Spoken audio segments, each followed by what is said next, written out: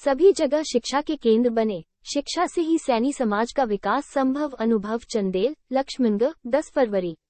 राजस्थान के सैनी समाज द्वारा प्रत्येक जिला मुख्यालय पर शिक्षा केंद्रों की स्थापना करने की मुहिम चलाने और समाज बंधुओं को प्रेरित करने के उद्देश्य के तहत राजस्थान की राजधानी जयपुर में बड़ी पहल करते हुए करीब 40 करोड़ रुपए से ज्यादा की लागत से बनने वाले 8 मंजिला भवन की रूपरेखा पर चर्चा करने और प्रत्येक जिला और ब्लॉक मुख्यालय पर शिक्षा केंद्रों की स्थापना कैसे हो, इसके लिए सैनी समाज को समग्र रूप से किस दिशा में प्रयास करने चाहिए पर परिचर्चा करने के लिए महात्मा ज्योतिबा फुले राष्ट्रीय संस्थान के अध्यक्ष अनुभव चंदेल लक्ष्मणगढ़ के सैनी बालाजी मंदिर में आए। लक्ष्मणगढ़ सैनी समाज अध्यक्ष रामगोपाल चुनवाल की अगुवाई में सैनी समाज के लोगों ने माल्यार्पण कर आगंतुकों का स्वागत किया।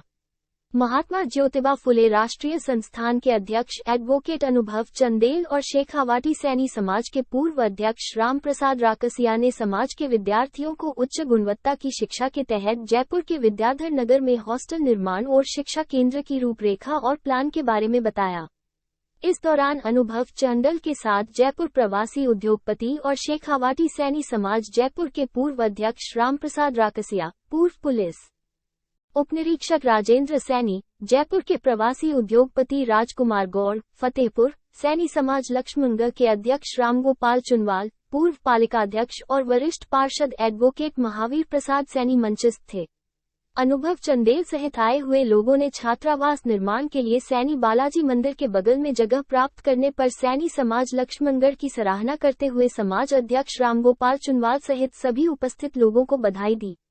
कार्यक्रम का संचालन पत्रकार राघव पनवार और एडवोकेट सज्जन सैनी ने किया। इस दौरान सैनी समाज के पूर्व अध्यक्ष पूरनमल राकसिया, पूर्व अध्यक्ष महावीर गौड़, पूर्व अध्यक्ष Girdhari Lal Raksiya, advocate Jaiprakash Saini, advocate Satyanarayan Chunwal, advocate और पार्षद सज्जन जी सतरावला, पार्षद मुकेश टांक, पार्षद प्रतिनिधि और युवा व्यवसायी सज्जन गौड़, सांवरमल सांखला, पत्रकार राघव पनवार, श्याम सुंदर गौड़, जगदीश गौड़, रामावतार पनवार, अशोक कुमार पनवार, बैजू सांखला, महावीर गौड़, विष्णु गौड़ आइस फैक्ट्री, रामावतार गौड़ करनी कृपा जूस, सब्जी व्यवसायी गोमजी गौड़, राधेश्याम सुइवाल, टिंकू सिंगोदिया, सुरेश चुनवाल, महावीर प्रसाद चुनवाल, राधेश्याम गौड़, डालूराम गौड़, भरत गौड़ सहित समाज के गणमान्य व्यक्ति उपस्थित थे।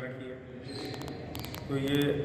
आस्था का केंद्र भी हो गया और अपने लिए तो शिक्षा का केंद्र भी हो गया अपने समाज के लिए। यहाँ पर आज इस कार्यक्रम में रामगोपाल जी चुनवाल साहब, महावीर जी वकील साहब, सत्यनारायण जी, जयप्रकाश जी, पूर्ण जी राकेश साहब, मुकेश जी टांक साहब, मेरे छोटे भाई वकील साहब, गिरधारी जी राकेश साहब अध्यक्ष साहब और राघव पवार जी। ये मौका है कि जब अपन सब बैठ करके आज इस समाज के भवन में बैठ के बात कर रहे हैं, क्योंकि परिवार के लोग अपन बैठ करके कभी बात करते हैं तो परिवार के उद्धार की और आगे बढ़ने की बात करते हैं। तो सबसे पहले तो जैसे कि आपने बताया कि आप पास की ज़मीन आप लोगों ने अभी ले ली है लक्ष्मणगढ़ में, तो हमारे लिए और एक शिक्षा का मंदिर भी बन जाएगा आस्था के साथ में। बच्चियों की कोचिंग की व्यवस्था यहाँ हो जाएगी। जितने ज़्यादा अपने ज़िले और तहसीलें हैं वहाँ पर अगर शिक्षा के माध्यम से हमारे बच्चे आगे बढ़ते हैं और आप लोग अपने भवन को तैयार करके और महात्मा फूले की और सावित्रीबाई की जो जीवन दर्शन उनका है, जो उन्होंने हमको शिक्षा दी है कि शिक्षा के माध्यम से आप लोग अपनी पहचान बनाओ और ख़ास तौर पर अपनी नई पीढ़ी के जो बच्चे हैं उनको हम लोग पढ़ाई के माध्यम से तैयार कर दें, तो उसकी कोई होड़ नहीं है। हर समाज के लोग, समाज के अपने माली समाज के अलावा बाकी अन्य 3600 कौम के जो लोग हैं वो भी अपने समाज का पढ़ा लिखा बच्चा होता है तो उसका सम्मान करेंगे और उसको